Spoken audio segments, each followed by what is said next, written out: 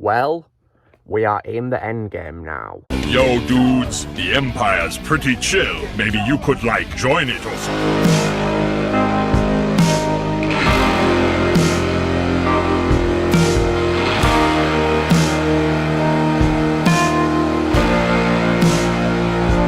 Hey everyone, Lucimus Prime here, so it is time for another and also the final review in my MCU movie marathon series. And this is going to be for what is, of course, the conclusion of the Infinity Saga as story. And, of course, as well, what is overall the 22nd film in the MCU, of course, which is none other than 2019's Avengers Endgame. So, how was this film made, guys? So this film, of course, was initially announced in October 2014 as Avengers Infinity War Part 2, but its title was later removed.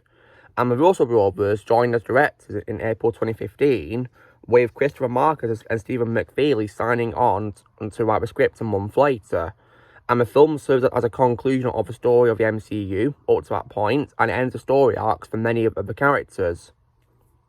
And this plot revisits several moments from earlier films, bringing back actors and settings from the franchise. Filming began in August 2017 at Pinewood Atlanta Studios in Fayette County, Georgia, shooting back-to-back with the previous movie Avengers Infinity War, and ended in January 2018. Additional filming took place in the metro and downtown Atlanta areas, the state of New York, Scotland and England. The official title was then, of course, revealed in December 2018, after lots of guesses were made about what the title was, I remember that. With an estimated budget of $356 to $400 million, the film is one of the most expensive films ever made. The film premiered in Los Angeles on April 22nd, 2019, and was released in the United States on April 26th as part of Phase 3 of the MCU.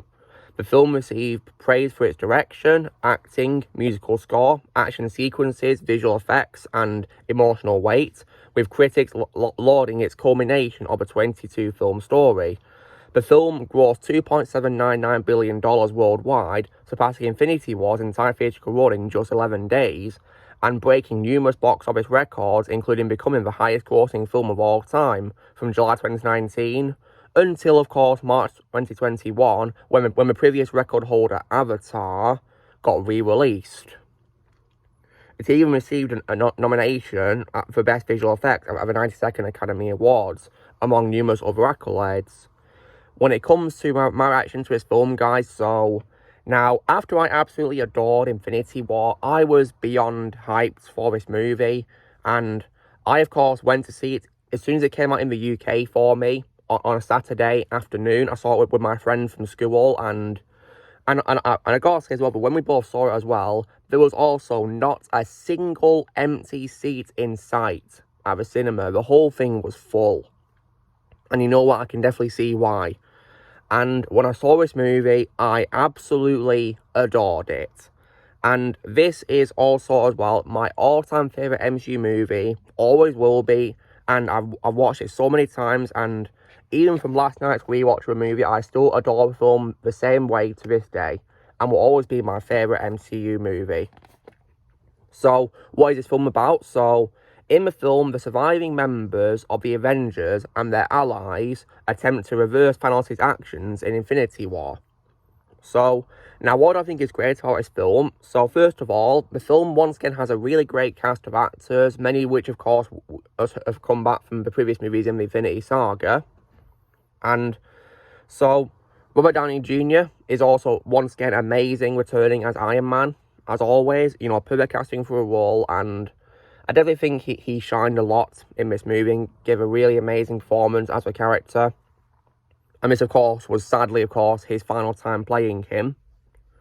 But, of course, he definitely went out with a bang. And even though, of course, I lost respect for Chris Evans, Captain America is still a great character, as always, in this movie, and it was definitely, you know, really nice to see him wearing his iconic outfit again, which I definitely really appreciated seeing.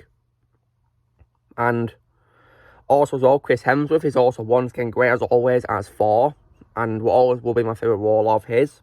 And Scarlett Johansson is also as well once again and great returning as Black Widow, and I like how in the 5 years later scenario she does get her red hair out, which I definitely really liked. And Jeremy Renner is also great as well returning as Hawkeye, and I love how compared to Infinity War where he was not in the movie despite being reported to be in it, he thankfully in this film gets a very big role, which I definitely really appreciated. I especially liked, of course, the scene where he's revealed to have taken up the mantle of a character called Ronin, which was really cool. And in that scene, we even got him fighting a crime boss played by Hiroyuki Sanada, which was really cool. Yeah, definitely like that. Akihiko, I think he's called, yeah. And also as well, when it comes as well to Mark Ruffalo as Hulk, in this film, of course, Hulk gets a story arc in which he's finally able to merge both his personas together. So that was so I guess that was cool how he got development and he got to merge his personalities at last to become, of course, the character from the comics, which is Professor Hulk. And if anyone's going to be complaining about the lack of a Hulk we know of from before, then you would be pleased to know that in the scene taking place in the 2012 Avengers movie, we do see the Hulk as he was back then. So that was great to see. So I'm thankful that, of course, in that scene, we did, of course, get, a younger Hulk at least. And also, as well, Don Cheadle is also once again great as War Machine, as well. And Paul Rudd also returns as well as Ant-Man, because at the end of Ant-Man and the Wasp, of course, he got stuck in the quantum realm. And in this movie, after the 5 years have gone, he's able to be rescued from it by a rat. So, yeah, praise to a rat for freeing Scott Lang from the quantum realm. And Paul Rudd was definitely great as him and was very entertaining and definitely a great addition to the Avengers. And I like how compared to Infinity War where he was reported to be in it but not in it at all, he thankfully got a really big role in this movie, which I really appreciated. And also as well, Karen Gillan is also great returning as Nebula as well. I like how she got to play a part with the Avengers, which is really cool. And I also as well definitely loved Bradley Cooper returning as the voice of Rocket Raccoon as well in this. And sadly, of course, also in this, he's the only Guardian to be left alive following the snap. So, but thankfully, he does play a really great role in this. And also as well, now when it comes as well to Captain Marvel in this film, as I would like to preferably call her Carol Danvers, because there's only one Captain Marvel, which is Billy Batson from DC. I like how in this film, they purposefully underused her, which I definitely really like because, as you guys would know, I found the character in her solo film before this to be very insufferable, as you will have probably seen in my trash talk of it last week. But I like how in this film, they purposefully underused the character and barely gave her much appearances. And I also like how, after 5 years, she does have her comic book hairstyle, which I thought was more accurate to her comics. So yeah, I definitely did like that. So personally, guys, I've not got a problem with her being underused. Because personally, guys, I found the character to be insufferable, whereas in this film, I found her to be more tolerable thanks to that. So I think she was handled better in this than she was in the Captain Marvel film, in my opinion. And also as well, returning is also as well Danai Gurira as Okoye as well, another survivor of Snap as well, and she was also great as always. But that's one of my favourite roles to this day of Danai Gurira. And when it comes, of course, to the film's main villain, of course, I definitely once again really love the return of Thanos. I was played once again by Josh Brolin in motion capture and voice, and I definitely think, that Josh Brolin, was a perfect casting for a role. And once again in this film, he delivered a phenomenal performance. And to this day, he's one of my favourite motion capture characters of all time. And I like how in this film, they didn't give him as much focus as they did to him in Infinity War. Because in Infinity War, he's a character with more screen time. But in this, they gave more focus to the other characters, which I really appreciated. And of course, as a result, of course, of the snap being reversed, thanks to Bruce Banner as Professor Hulk snapping to reverse the effects, we do get the return of characters from Infinity War who we lost in the snap. So for example, of course, Benedict Cumberbatch to return to Doctor Strange, and also Chadwick Boseman, may he rest in peace, as Black Panther, Tom Holland as Spider-Man, and also Liz Olsen as Wanda Maximoff, and also Anthony Mackie as Falcon, Sebastian Stan as Bucky, E. Barnes as Winter Soldier, and also Clement Heath as Mantis, Chris Pratt as Star-Lord, Dave Bautista as Drax, and also Vin Diesel as Groot. Among many others, really, who come back. And also, as well, we even get to see, as well, younger versions of characters from other timelines as well, which is really cool. Like, this film has probably one of the biggest casts I've ever seen in my life, which is really amazing, isn't it? So, one particular character who plays a big role, of course, in terms of the past characters is probably Gamora, because while her former self doesn't return as a snap because she was killed by Thanos before he snapped, we do see a younger version of her. Before, of course, she would, of course, meet with Guardians of the Galaxy when she was working with Nebula for her father. So that, of course, meant we'd see another version of Gamora. And yeah, Zoe Saldana was once again great as always as Gamora. That's definitely my favourite role of hers to this day. And so yeah, this film has a really massive cast of actors. It's hard to count how many there is in this, really. But yeah, everyone in this film, they definitely gave it all they got in this. Even those with small screen time got a chance to shine in this, which is amazing. And what else is also great about the film is the film has absolutely fantastic visual effects, in my opinion, that really blew my mind when I saw this film at the cinema. Even on rewatches, the film blows my mind to this day. The CGI is fantastic, and the film also handles de-aging amazingly as well, in my opinion, too. For example, one example of de-aging that I did not know was de-aging at all until I looked it up later on, is that in the scene taking place in the first Avengers movie, the actors who play the Avengers in that scene were de-aged for their younger selves, which was really cool. I didn't even know that. I think it probably worked really well because those actors have aged fantastically, but yeah, I had no idea that they were de-aged, which is pretty cool. The only one in that scene who didn't get de-aged was probably Tom Hiddleston as Loki. And speaking of Loki, it was nice to see a younger version of Loki in this, and of course, he does end up surviving as well the events too, so despite being killed in Infinity War, there's another version of Loki still out there, of course. And also, as well, when it comes to other de-aging, I was also very impressed with the de-aging we did in the 1970s setting for Hank Pym and for Howard Stark, as well, because they de-aged Michael Douglas and John Slattery. And speaking of that scene, there's also a really amazing cameo appearance by the legendary Stan Lee, may he rest in peace. This was sadly his final Marvel cameo appearance ever, which was a massive shame. You rest in peace to Stan. Where we do see him driving a car, and he says a pretty cool line, which is, "Hey man, make love, not war." And that was definitely pretty cool. Great cameo appearance from him. And definitely a great thing to go out on when it comes to MCU appearances. So yeah, rest in peace, Stan Lee. Thank you so much for everything that you've done on Stan, co-creating many iconic characters and inspiring billions of people around the world. Thank you, Stan. Rest in peace. And I like how the re-release of this film also had a tribute to Stan Lee at the end, which I thought was really great too. I definitely really appreciated that. And also as well, so aside from as well the great visual effects, and I've already talked about the de-aging of people like the past Avengers and also Howard Stark and also Hank Pym, and also as well to Stan Lee as well, because he got de-aged, which was very impressive to look at, like how he played in the 70s. I definitely really adore the soundtrack composed by Alan Silvestri. This is probably my all-time favourite soundtrack he's composed of all time, because I think he really gave it all he got in this movie and gave an absolutely breathtaking soundtrack, which was amazing to listen to. And my favourite track he composed for this is definitely the Portals theme. Like, I mean, I remember my friend telling me this, right, when we saw this at the cinema. He said that when that scene happened, he could feel his heart beating, and I can see why, because that scene is just absolutely incredible, like, mind-blowing.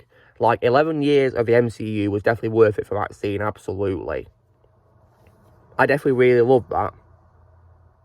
And I also as well think the characterization of characters was also done really well, in my opinion, well written. So many of them, of course, have story arcs which are wrapped up in this movie, which I thought was great.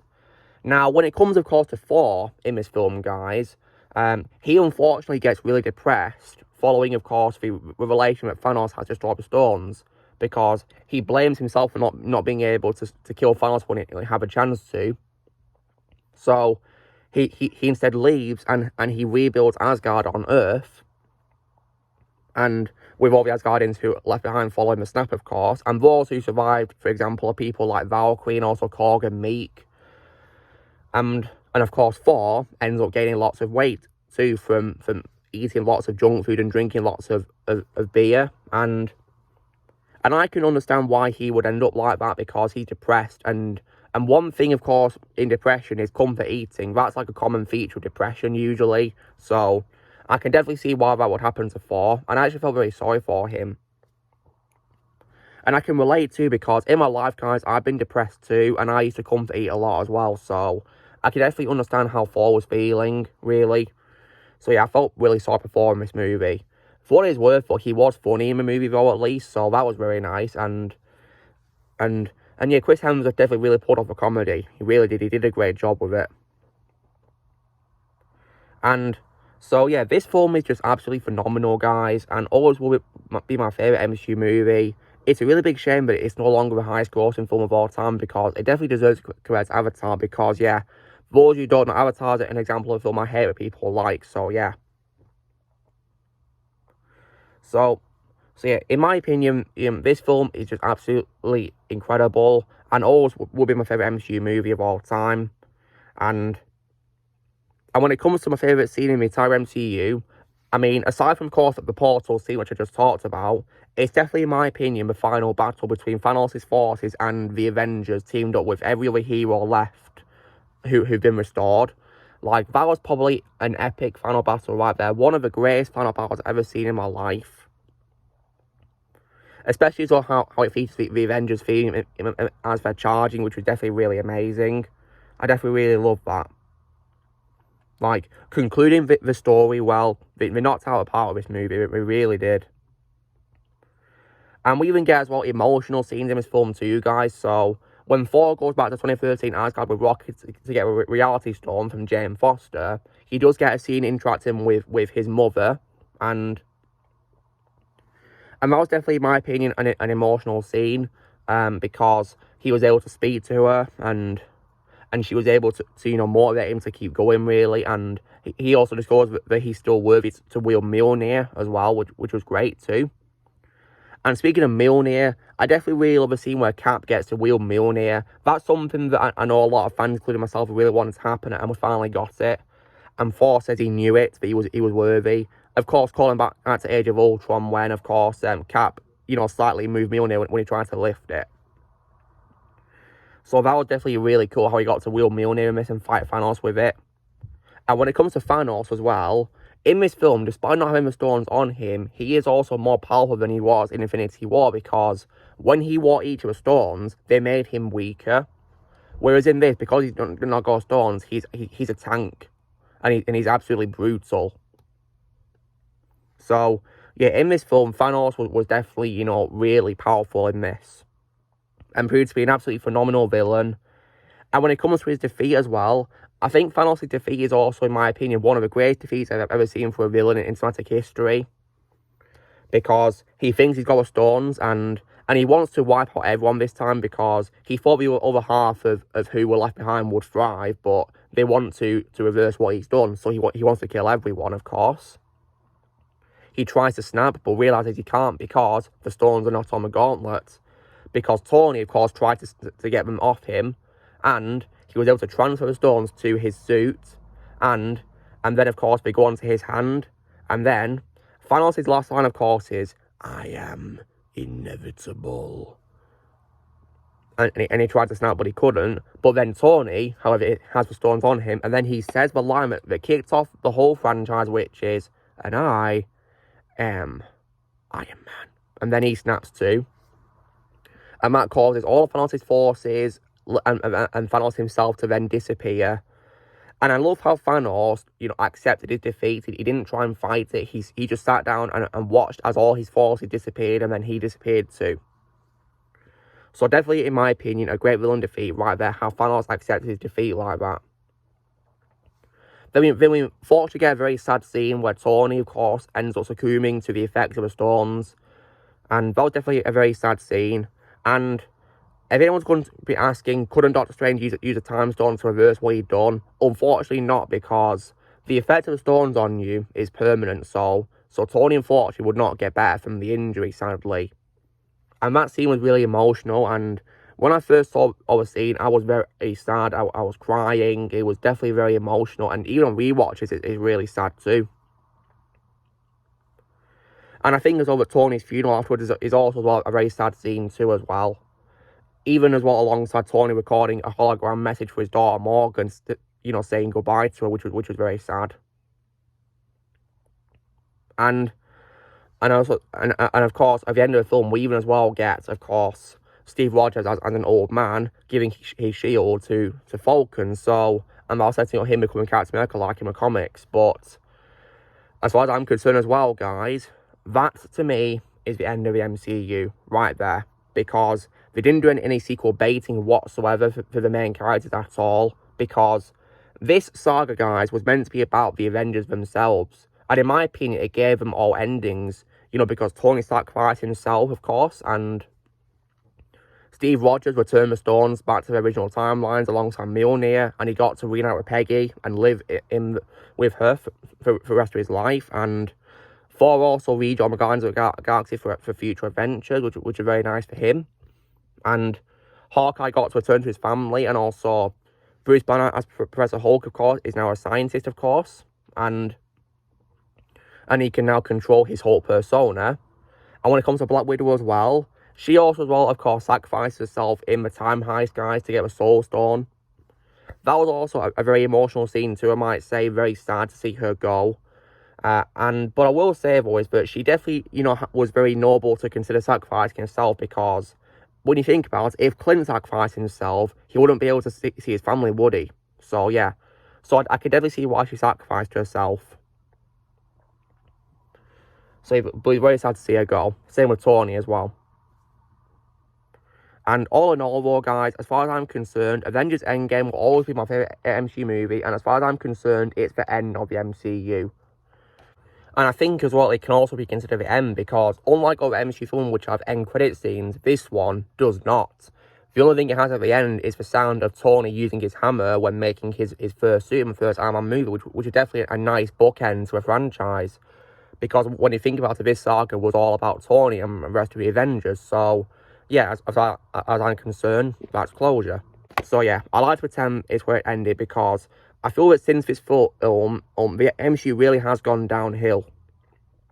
And it makes me even more glad that I happily stopped watching the MCU after I saw Spider-Man No Way Home, because I tried to give the future of the MCU a chance, but unfortunately it went downhill for me, and I stopped with No Way Home, and I'm going to keep it that way. So, but long story short though, guys, I still absolutely adore Endgame. It's an absolute blast to watch. 3 hours perfectly paced, with amazing cinematography, and amazing visuals, and battle scenes, and great performances. It's just absolutely phenomenal. In my opinion, the true end of the MCU, as far as I'm concerned. So, if I was to give it a score out of 10, guys, well, because this is my favourite MCU movie of all time, and as far as I'm concerned where it ends, I'm going to give it a full-blown 10 out of 10, because I absolutely adore this film, guys. And it's just an absolute masterpiece. In my opinion, where the film series should have ended, as far as I'm concerned. So, yeah, that was me doing my review for Avengers Endgame, guys. So, you know all the drill. Be sure to give this video a like. Also, be sure to let me know in the comments what you guys think of Avengers Endgame. If you've seen it, let me know in the comments below what you think of it. Also, be sure to join Team Prime by pressing subscribe and views coming in the future. If you would like to be a member, you can restore them using a piece of or your subscription. And Avengers Assemble.